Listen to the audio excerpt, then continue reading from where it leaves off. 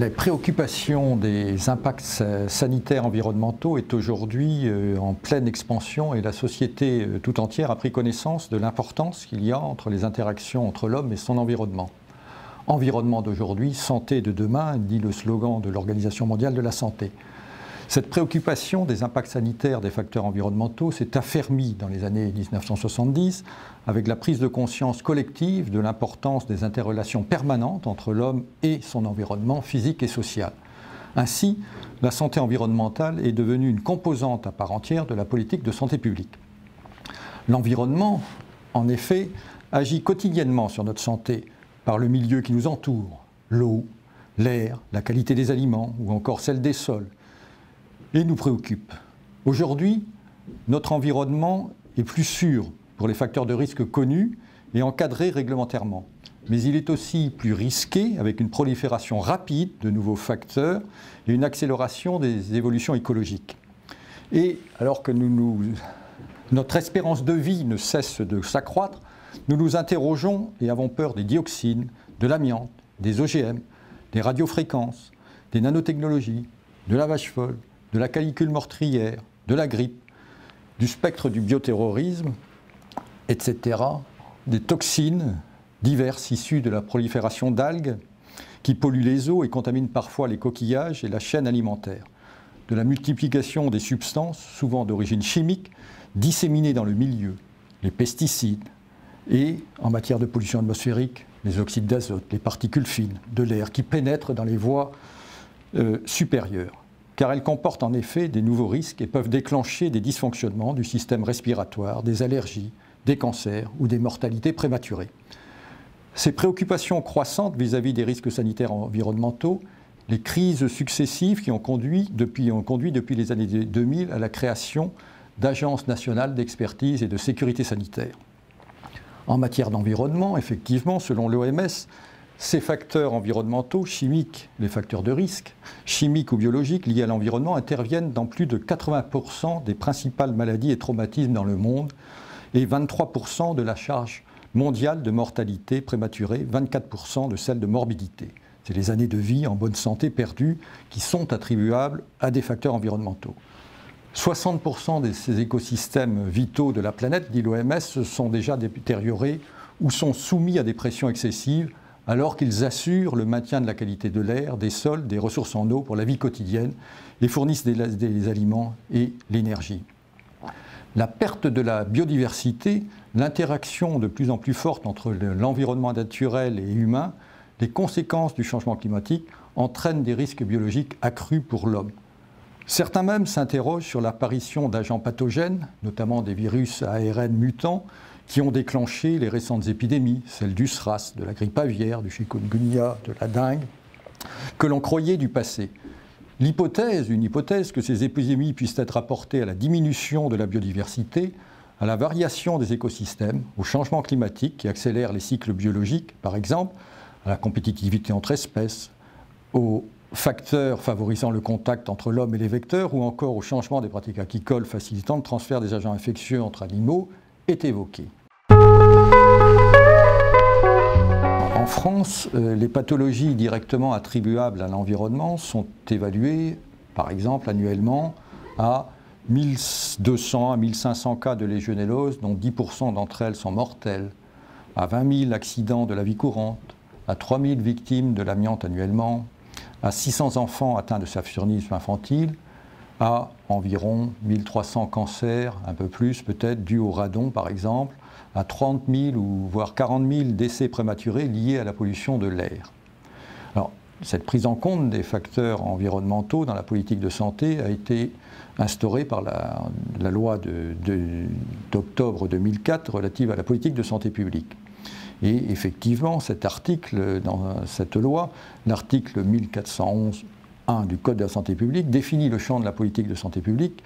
en indiquant qu'elle concerne notamment l'identification et la réduction des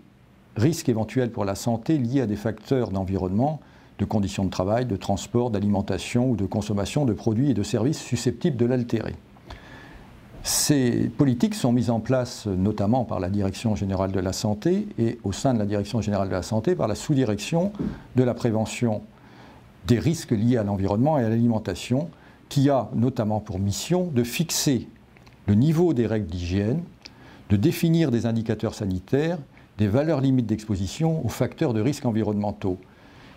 Ainsi, ces principales activités portent essentiellement sur les 5 grands axes suivants: la veille sur les risques sanitaires environnementaux, en lien notamment avec les agences nationales de sécurité sanitaire, incluant la recherche et les effets de ces facteurs environnementaux sur la santé, en mettant en place des systèmes de surveillance sanitaire ciblés. Effectivement, un des rôles également est de négocier les règlements et les directives européennes. Le droit de la santé-environnement est essentiellement européen. Les travaux concernent les commissions internationales européennes voire les commissions nationales ou internationales normatives. Le rôle d'une administration centrale est également d'élaborer la réglementation nationale, l'adaptation du droit national en droit national des directives européennes, dans le champ santé-environnement notamment. Les travaux à l'échelon d'une direction d'administration centrale concernent également le déploiement de cette politique des politiques santé-environnement sur le terrain et l'évaluation de leur mise en œuvre par le biais des activités conduites par les autorités locales, sur le biais du contrôle sanitaire, l'évaluation des impacts sanitaires d'installations industrielles ou agricoles, des plans d'épandage, des boues de stations résiduaires, le développement d'outils et de méthodes d'intervention avec des agréments d'organismes ou de laboratoires de contrôle, diffusion de guides techniques, des circulaires d'interprétation sanitaire. Et puis, un champ d'activité, un dernier champ, concerne l'activité d'information et de formation des partenaires et des acteurs. Ce champ concerne tous les risques, tant biologiques que physiques, d'origine anthropique ou naturelle, au cours des activités domestiques, de travail ou de loisirs, liées aux milieux naturels ou sociaux, soit le logement, soit les transports. Il concerne les produits alimentaires, certaines activités industrielles ou de soins, notamment travaux sur les déchets d'activités de soins à risque infectieux. Les domaines traditionnels étudiés et suivis par la sous-direction concernent effectivement l'accès à une eau potable de qualité, à un assainissement adéquat, où il faut conserver les acquis, à des problématiques concernant des aliments propres, l'air sain, un habitat salubre. Et il concerne également les risques nouveaux ou émergents. Il s'agit de ceux liés à des expositions à certains produits chimiques reprotoxiques ou à une activité perturbatrice endocrinienne. Il concerne les effets des réutilisations des eaux usées traitées, il concerne les ondes électromagnétiques, les nanoparticules, le changement climatique. La prévention dans ces domaines se fonde sur des données d'impact sanitaire ou sur les évaluations des risques réalisés par les agences nationales d'expertise. Outre la réglementation et son contrôle, les activités de promotion, d'information, d'éducation sanitaire sur les facteurs environnementaux ou comportementaux, s'il s'agit d'obésité, en liaison avec le plan national nutrition santé, s'effectuent en lien avec l'Institut national de prévention et d'éducation sanitaire, et qui, toutes ces activités contribuent à protéger la population. Cette politique qui est réalisée à l'échelon national est développée et mise en œuvre à l'échelon local par les agences régionales de santé qui ont vocation à gérer préventivement toutes sortes d'altérations de santé dues aux expositions aux facteurs environnementaux, à l'alimentation, aux habitudes alimentaires, et tout ceci sont des composantes à part entière de la santé publique. Le rôle des ARS en ce domaine doit donc viser à améliorer la sécurité sanitaire, à réduire la mortalité et la morbidité évitable en protégeant les personnes des dangers pesant sur la santé. Elle consiste à réduire les disparités régionales, à développer la prévention en anticipant ou analysant les crises, en gérant les risques sanitaires, les alertes et en se préparant à faire face aux menaces. Elle consiste à fixer le niveau des règles d'hygiène par le régime des autorisations de certaines installations, participer à cette instruction d'autorisation, définir les indicateurs sanitaires d'état des milieux et des valeurs limites d'exposition. L'établissement de bilans obligatoires périodiques de rapportage sur le respect des dispositions des directives et des règlements européens incombe également aux ARS. Les ARS doivent être chargés du recueil et du traitement des événements environnementaux susceptibles d'avoir un impact sanitaire. J'évoquerai pour la mise en œuvre de ces actions la nécessité de la mobilisation des différents acteurs qui ont en charge de mettre en œuvre la réglementation et l'information du public, les incitations à des approches multidisciplinaires pour identifier les points noirs et les traiter en matière de risques environnementaux, et qu'il s'agisse effectivement des pouvoirs publics à l'échelon national, mais aussi à l'échelon local des agences régionales de santé, des autres partenaires, des collectivités locales, des partenaires privés. Autre point sur lequel je souhaiterais insister, c'est le fait que nous disposerons à court terme d'un important outil d'évaluation des risques que l'Institut de veille sanitaire est chargé de mettre en place. Je veux parler de la biosurveillance humaine. Cette biosurveillance permettra de surveiller la présence et les effets sur l'organisme des substances chimiques en mesurant dans les liquides et les tissus biologiques, le sang, les urines, les cheveux, la salive, le lait maternel, des biomarqueurs qui peuvent être le signe d'une exposition à des substances toxiques pour la santé humaine ou de leurs effets sur le corps humain. Les exemples d'application sont nombreux, le plomb, le cadmium, les dioxines, les polychlorobiphényles, les pesticides. La biosurveillance humaine est donc un outil important pour évaluer les expositions de l'homme aux substances chimiques dans l'environnement, indépendamment des différentes voies d'exposition, à fixer des lignes directrices de diminution de cette exposition ultérieurement.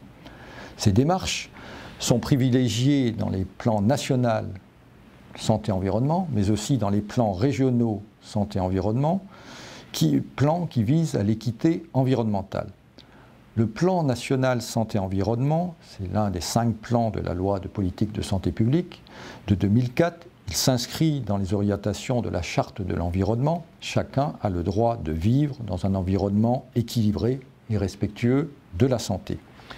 L'équité environnementale, qui est un axe structurant du plan national santé-environnement, se traduira par le traitement des situations de risque aggravé selon 3 orientations: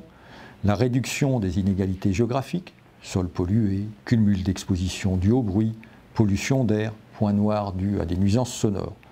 La prise en compte des inégalités dans la population, les gens sensibles par l'âge, la maladie, les conditions socio-professionnelles, le logement, les taudis, l'accès à l'information, le mode de vie, saturnisme, état physiologique, et enfin la prévention des pathologies à fort impact sur la santé en lien avec l'environnement, cancer, maladies respiratoires notamment. Ce plan comporte un volet ambitieux de renforcement de la recherche et de l'expertise afin d'améliorer les connaissances de l'impact de l'environnement sur la santé. Je voudrais peut-être en dernier point souligner en matière de vigilance les travaux qui sont conduits actuellement, qui se développent en matière de produits chimiques, qui occupent une place importante dans le plan national santé-environnement. Ces réflexions portent notamment sur l'analyse de l'exposition aux faibles doses et l'évaluation de leurs impacts sanitaires. Outre les questions relatives aux risques cancérogènes ou d'allergie, des interrogations se font jour, en particulier vis-à-vis des effets des substances chimiques sur la fertilité masculine ou sur le système nerveux central. Il s'agit donc de déterminer ou de contrôler les sources d'exposition et d'imprégnation qui peuvent être très diverses, l'imprégnation aux substances chimiques provenant de l'ingestion, de l'inhalation ou par contact cutané. Un changement de paradigme s'annonce avec la prise en compte de la perturbation endocrinienne en matière d'autorisation de mise sur le marché de produits chimiques, en créant une nouvelle catégorisation de produits chimiques, nouvelle sur la perturbation endocrinienne, aux côtés des catégories anciennes, cancérogènes, mutagènes et reprotoxiques,